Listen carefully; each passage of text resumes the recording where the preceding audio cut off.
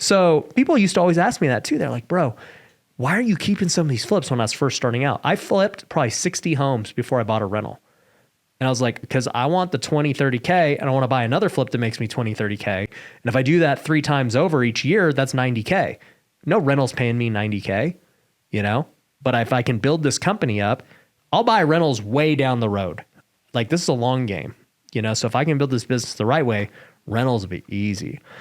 So anyways, you get to the multiply stage, you can start buying rentals, you can reinvest in the business, or, you know, like most shiny object entrepreneurs, you can start a new business. You know, at that point, you've successfully built a 7-figure business. You've now earned the right to try and use those same skills in a different product. You know, most people, once again, they're in the make stage. They're like, I want a rental. I want a second business. I want to do like, and I'm like, that's why you don't get anywhere. That's why, yeah. So when do you double down and build the other businesses? Because you have a lot, I have a lot. Yeah. So like, are we just the exception? Well, I think, man, there's so many schools of thought here. So like a guy like, you know, whatever, Hormozy, he's been on my podcast and spoken at the events too. And he's talked about it a lot of like, just do one thing for like 10 years and just don't do anything else. Right. And it's true. Like if I only focused on flipping and I did nothing else, my flipping business would be bigger than it currently is. But as an entrepreneur, you also start to realize there are ceilings to the scale at which you can reach. Like there's only so big you can make a house flipping business. Yeah. Like, you know, I did 100 a year for like 5-6 years straight. It's like, do I want to do 1,000? No, I'm not doing 1,000 flips. Like it sounds terrible. No, nor is it like very scalable, right? Like, I mean, we saw what happened with Zillow and Open Door. Like when you try to scale a house flipping business, it's like it just breaks. It was never meant to do that. But when you try to scale tech, it's very seamless. Yeah. It's like you build the tech once, every customer you add literally adds no new complexity. Yep. It's just recurring. And so I started to understand that and I was like, wow, okay, there's different levels to scale in different industries. And so it's like content, massive scale, you know, education, massive scale, tech, massive scale.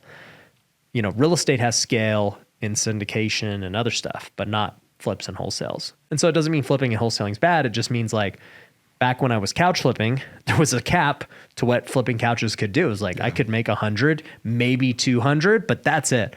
Flipping houses, maybe I could make, you know, 10 to 20 million in gross revenue if I really, you know, went all in on it. But like that is the cap, right? In education, I mean, who are the guys? I mean, Tony Robbins and Cardone, these guys make $100 million plus a year in education. Okay. So, I mean, that cap's bigger than flipping. What do the tech guys make? I mean, they make billions. So, you know, you start to notice that each industry has a cap. And so as an entrepreneur, you have a choice.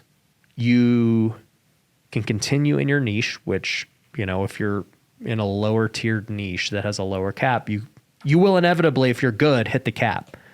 But could you be building towards something that's much more scalable? And you have to decide that, you know, I would say, this is my advice. If you're just starting out, right, and you don't have all the things you want in life yet, you're better off doing one thing. And that's what I did. I just scaled my house flipping company, built it to 7 figures, the multiple 7 figures, and I only focused on that.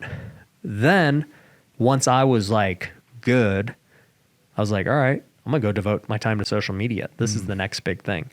And so I actually like made less money flipping houses because now you just took the main cog out of it. Yep. Who's now going to go spend his time over here, which is not going to make anything starting out. You know, when you have no YouTube subscribers, it's hard to make money. But if you believe in it and you believe in the scale and what it's going to become, then you know it's a far better choice 5 years from now. This is what I did. But what about somebody who's right now listening to this? Again, maybe they're young and broke, or maybe they're old and broke. And they're saying, so they're broke. Yeah, they're broke. Do they go flip houses, start a business, social media star? If you had to pick one of those 3. I flip houses.